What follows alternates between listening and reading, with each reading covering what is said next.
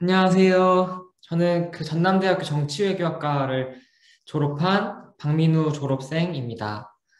그리고 저는 대구 토박이 출신이고 뭐 부모님께서도 다 대구 분이십니다. 네.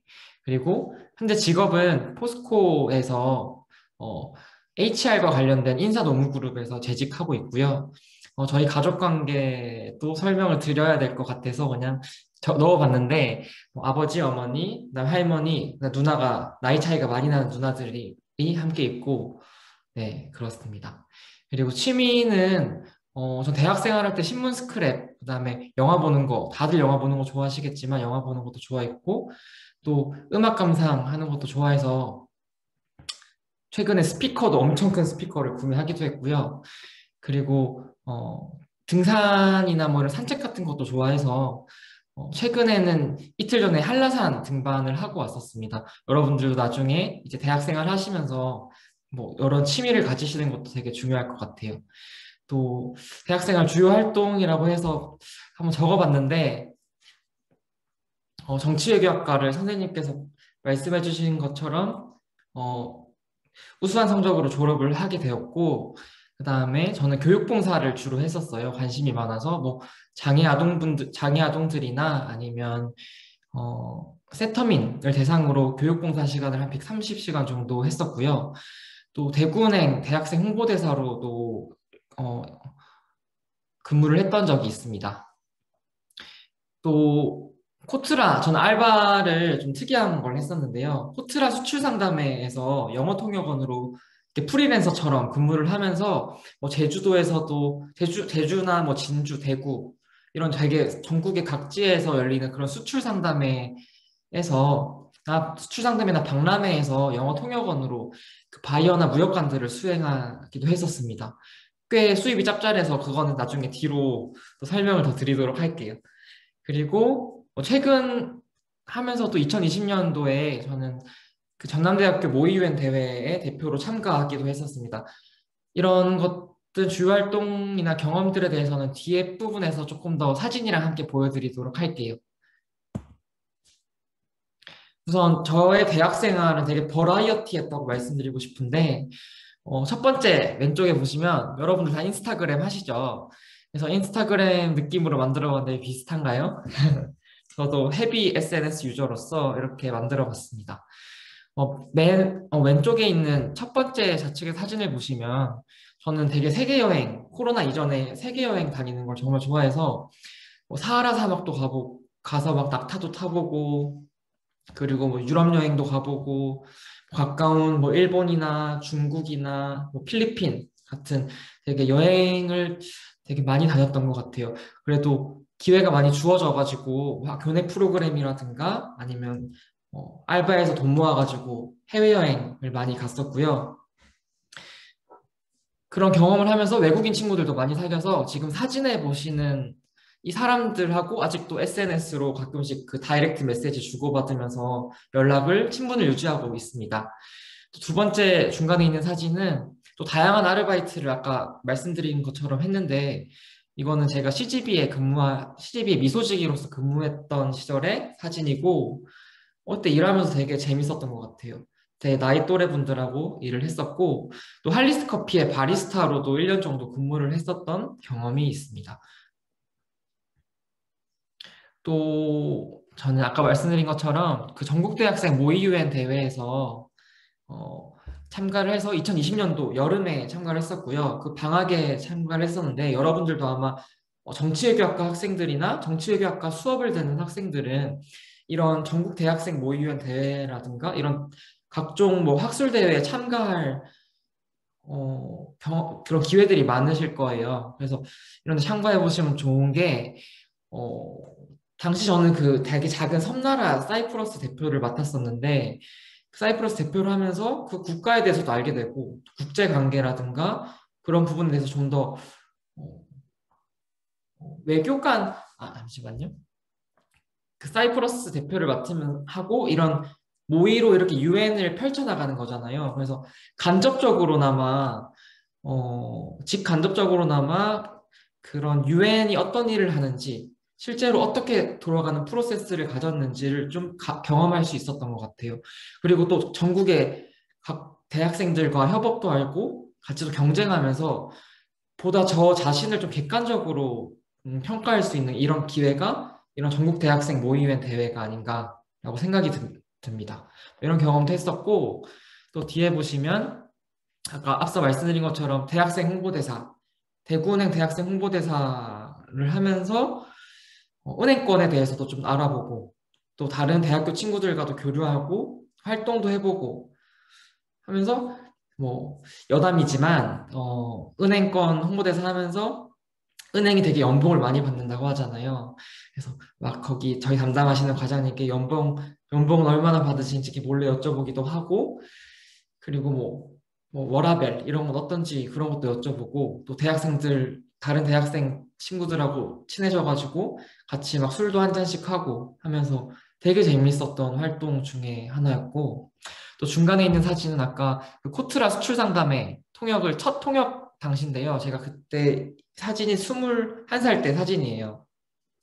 옆에 계신 분은 유셉이라고 사우디아라비아에서 온 그런 코트라 무역관이시고 현지 무역관이시고 지금도 아마 근무 중에 있으실 거예요.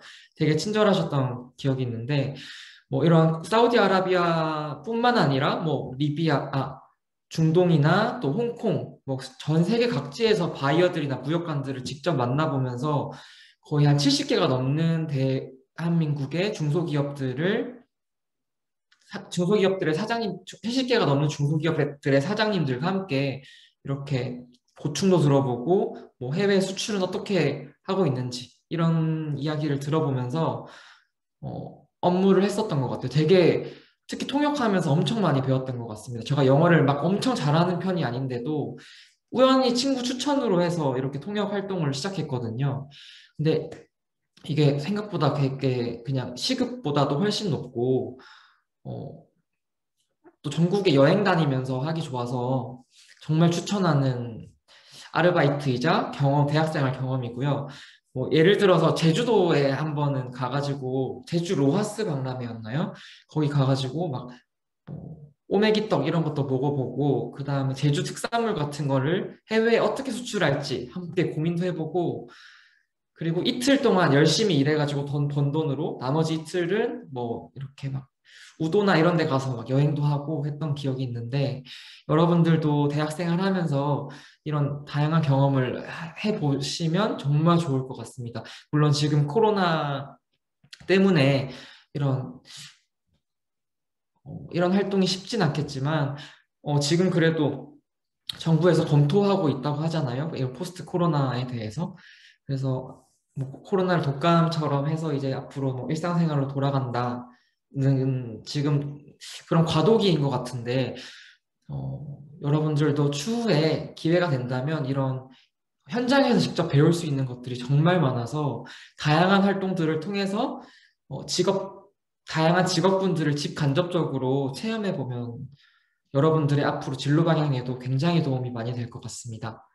그래서 저는 이러한 다양한 경험들을 해서 현재 작년 21년도 하반기에 포스코 신입사원 공채에 합격을 해서 입사를 하게 되었고 사실 저는 이전에 포스코에 입사하기 전에 스틸브릿지라는 그런 프로그램을 통해서 그게 학교랑 포스코라는 기업이 이렇게 만나가지고 교류를 하면 현장 실습 프로그램 같은 거예요. 그래서 현장 실습 프로그램으로 포스코에서 직접 한 달 정도 근무를 하면서 간접적으로 이렇게 직간접적으로 어, 포스코에 대해서 알아볼 수 있는 그런 기회였고 거기서 당시에 우수 인턴으로 선정이 되어서 현재 21년 현재는 포스코에 재직 중에 있습니다. 대학생활 꿀팁이라고 하기에는 좀 되게 소박한데 생각나는 대로 그냥 막 급하게 이거 인터뷰하기 전에 적어봤거든요. 그래서 아마도 대학생은 기존의 고등학생과는 가장 큰 차이점이 누가 이렇게 막 강의 시간표를 짜주질 않잖아요. 고등학교와 굉장히 다른 점이 시간표를 직접 짜야 되는 거잖아요. 대학생들은. 그래서 대학 생활에서 좋은 학점을 받기 위해서는 가장 먼저 우선시 되어야 하는 게 굉장히 전략적으로 시간표를 짜는 것부터가 저는 정말 중요하다고 생각이 들거든요. 그래서 물론 전략적으로 시간표를 짜는 것도 중요하겠지만 뭐 또 배워보고 싶은 분야가 있을 거고 그런 걸 적절히 밸런스를 맞춰서 시간표를 잘 짜는 게 나한테 정말 적합한 잘 맞는 시간표를 짜는 게 좋은 학점을 받을 수 있는 가장 기초 공사라고 생각이 돼서 첫 번째로 이렇게 적을 받고 저 같은 경우에는 어, 강의 계획서를 굉장히 세심하게 봤었어요.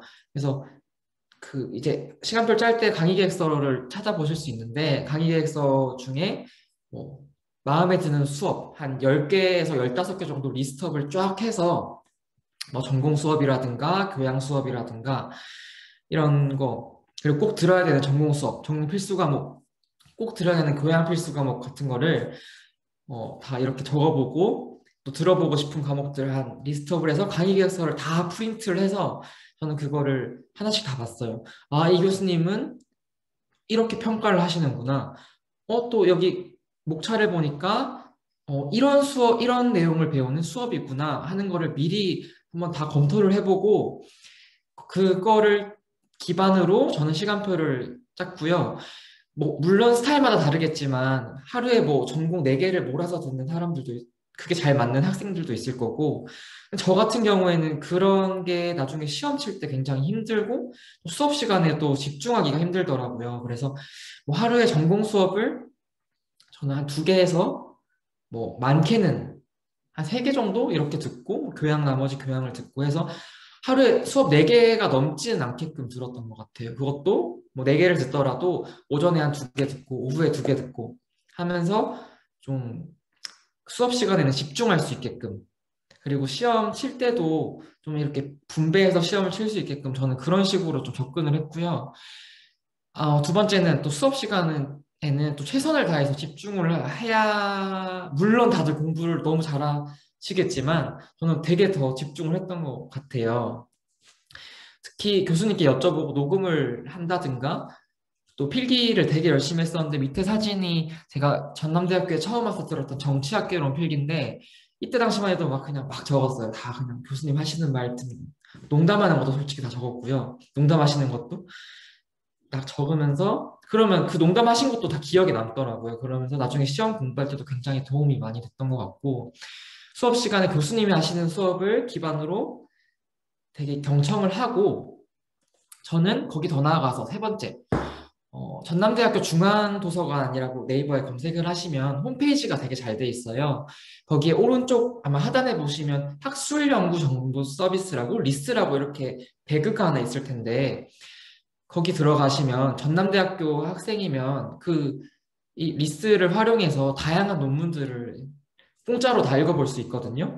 저는 뭐 학생들이면 뭐 애플 교육 공식 할인 스토어 뭐 이런 것도 있고 학생 할인 받아서 할 수 있는 것도 있고 뭐 네일로 이런 그런 다양한 학생들이 혜택을 누릴 수 있는 것들이 많지만 제가 대학 생활에서 가장 좋았던 그런 학생으로서 누리는 혜택은 이 리스를 통해서 되게 다양한 분야의 논문을 그냥 공짜로 읽어볼 수 있고 24시간 언제든지 검색해서 읽어볼 수 있고 다운받아서 보고 프린트해서 보고 할 수 있는 게 최고의 복지였다고 생각을 하거든요. 그래서 저는 이게 수업을 들으면서 그냥 관련해서 궁금한 내용들은 이런 리스에 있는 되게 논문들을 활용해서 조금 더 공부를 조금 더 좀 더 해봤던 것 같아요. 그리고 네 번째는 신문 스크랩을 통해서 나만의 생각 가지기인데 여기 사진에도 있지만 여기 제가 직접 이렇게 신문 스크랩을 했었던데요. 아무래도 사회과학대학교에 재학하면 이론을 배우고 또 그 배웠던 이론들이 이런 실제 사례에 다 대입이 되거든요. 그래서 저는 이게 너무 재밌는 학문이라고 정치외교학과가 재밌는 학문이라고 생각이 드는데 교수님이 해주셨던 그런 이론 수업들이나 교수님이 말씀해 주셨던 수업 내용이 뭐 신문이라든가 뭐 뉴스 그리고 그냥 막 되게 다양한 데서 다 보여요, 그게. 그래서 그렇게 한번 대입해보고 하면 정말 좋은데, 이런 신문 스크랩에 저는 일단 기사를 되게 한 줄에서 두 줄로 간단하게 요약을 하고, 잘 보이시는지 모르겠지만, 또 저의 생각에 대해서 한번 적어봤어요. 이 생각에 대해서 적어보면서 이 생각에는 그 수업 시간에 배웠던 이론들이 대입이 되면 그런 내용을 적고 아니면 궁금한 뭐 제가 뭐 부동산 내용이 궁금하다 하면 그런 부동산 신문 기사도 스크랩해서 붙여서 아 이런 거구나 그냥 붙여서 스크랩하고 그리고 그 관련 단어 내가 몰랐던 단어 같은 것도 이렇게 적어서 기사를 요약하고 그 다음에 두 번째 나의 생각을 적어보고 그 다음에 단어를 이렇게 정리하면서 그냥 기초 지식을 또 쌓고 그 다음에 수업 시간에 배웠던 이론들도 이렇게 대입을 하면서 대입을 하면서 뭔가 되게 논리적으로 생각할 수 있는 힘을 조금 기르는 논리적으로 생각할 수 있는 힘을 기르는데 굉장히 도움을 많이 받았다고 저는 그렇게 생각이 듭니다. 이 신문 스크랩을 하면서 고등학생 때도 다들 아마 사회과학대학 오셨으면 다들 한 번쯤 신문 스크랩 해보셨을 것 같은데 저는 이게 굉장히 도움이 많이 되더라고요. 그리고 다섯 번째, 저는 그리고 유튜브 채널에 되게 다양한 재밌는 다들 유튜브 보시잖아요. 저도 주말에 할 거 없으면 이런 막 누워가지고 이렇게 맨날 유튜브 보거든요. 유튜브에 재밌는 채널들도 많은데 어차피 유튜브 틀 거.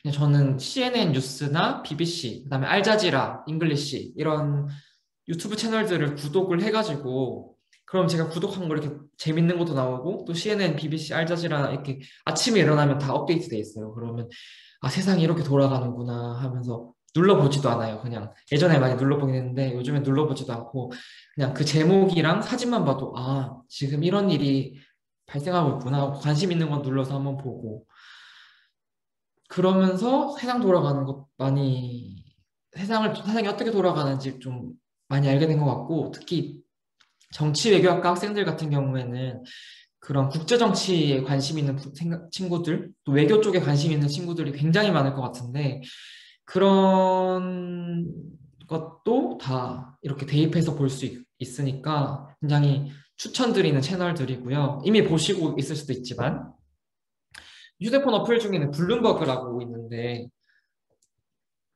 그 블룸버그 어플이 잘 안 나오는데 이 블룸버그라는 어플에 깔면 이게 중요한 뭐 세계 각지 이런 뉴스들이 실시간으로 이렇게 알람이 떠요. 물론 영어로 오는데 영어 공부도 할 겸, 그 다음에 세상 어떻게 돌아가는지도 알 겸 하면서 이런 어플을 이용해서도 다양한 글을 접하기 위해서 그냥 일상생활에서도 영어를 접하기 위해서 많이 노력을 했던 것 같습니다. 또 여섯 번째, 담당한 교수님에게 이제 질문을 해야 되는데 정말 좋은 것 같아요. 왜냐하면 이렇게 수업을 듣고 뭐 신문 스크랩도 해보고 그 다음에 뭐 논문도 찾아보고 뭐 이런 뉴스 기사들 유튜브 영상들도 보고 하면 이제 막 궁금한 게 생기거든요. 이 수업에서 배웠던 이론 수업뿐만 아니라 이제 그 뭔가 생각이 이렇게 확장이 되면서 이게 더 궁금한 것들이 막 생겼던 것 같아요. 저는 그래서 교수님한테 가가지고 수업 시간에 뭐 예를 들어서 아마 1학년, 2학년 때 다들 뭐 국제정치, 현실주의, 자유주의 뭐 이런 기초 이론부터 배우실 텐데 교수님한테 찾아가서 교수님 수업 시간에 이거 현실주의 가르쳐 주셨잖아요. 근데 그러면 이 뉴스를 봤는데 이것도 현실주의자들이 주장하는 그런 타당한 이유? 뭐 사례? 그런 걸로 쓸 수 있을까요? 이거 제가 생각한 게 맞나요? 이게 현실주의인가요? 자유주의인가요? 이게 그런 사례인가요? 제가 생각하는 게 맞는지? 그런 거를 교수님에게 가서 막 여쭤보고 그랬었어요. 교수님들 찾아가서 질문하면 귀찮아 하시는 교수님 진짜 안 계시거든요. 다들 너무 친절하게 답변해 주시고, 또 교수님들께 질문을 드리면 또 아시는 것들을 더 이렇게 말씀해 주시면서 자연스럽게 배웠던 이론뿐만 아니라 이게 생각이 좀 이렇게 확장이 되고 저만의 이런 논리를 찾게 되는 것 같아요. 저만의 생각이 생기고, 아, 이거 보니까 현실주의가 맞는 것 같아. 자유주의가 맞는 것 같아. 이런 식으로. 그다음에 국내 정치도 똑같고요. 그래서 교수님하고 대화도 많이 하고 뭐 진로 상담도 많이 해보시고 또 담당 교수님들이 다 이제 배정되실 텐데 보면 아무래도 교수님들이 저희보다 살아온 그런 시간들이 훨씬 많기 때문에 그런 빅데이터라고 해야 될까요? 그런 걸 잘 활용해서 저희한테 잘 말씀을 해주세요. 그래서 교수님들을 잘뭐 활용해라 이렇게 말할 수 있을 것 같아요. 그리고 마지막 일곱 번째는 다 앞서 말한 건데 아마 사회과학대 재학하고 그런 전공 수업이나 교양 수업을 들으면 아무래도 서술형, 특히 대학교 그런 시험은 서술형 시험이 정말 많거든요. 물론 사지선다나 뭐 단답형도 많겠지만 서술형으로 적어야 되는 그런 시험 문제들이 많은데 그런 게 뭐 수업에서 들었던 이론, 그다음에 교재 꼼꼼하게 한번 더 읽어보고, 그다음에 관련 논문도 찾아보고, 그리고 뭐 유튜브나 신문 스크랩으로 사례도 찾아보면서 그거를 토대로 저는 서술형 답변을 미리 적어봤어요. 그리고 대충 수업 들으면 교수님들이 강조하는 부분들이 있거든요. 그래서 그런 것들을 여기서 시험 문제 나올 것 같아. 이렇게 막 생각을 하는 거 혼자 막 흥분해가지고 막 적어요. 이거 시험 나올 것 같아. 막 체크해가지고 그것들을 나중에 리스트를 딱 해서 이렇게 뭐 신문에서 읽었던 사례 막 넣고 서술형 답변에 또 논문에서 읽었던 거 해서 그런 단어 같은 거 있잖아요. 그런 것도 막 적고 또 교수님 논문 나 찾아보고 저는 그랬었는데 그 수업해 주시는 교수님 그러면 교수님들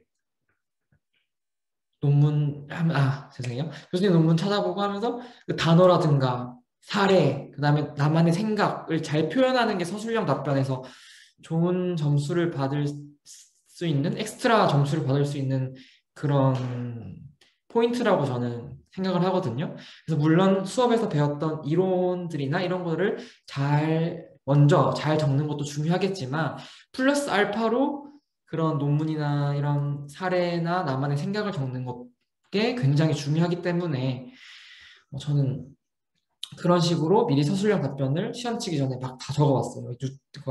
타이핑 쳐가지고 읽어보고 논리 구조도 세워보고 그러면서 시험을 대비했던 것 같습니다.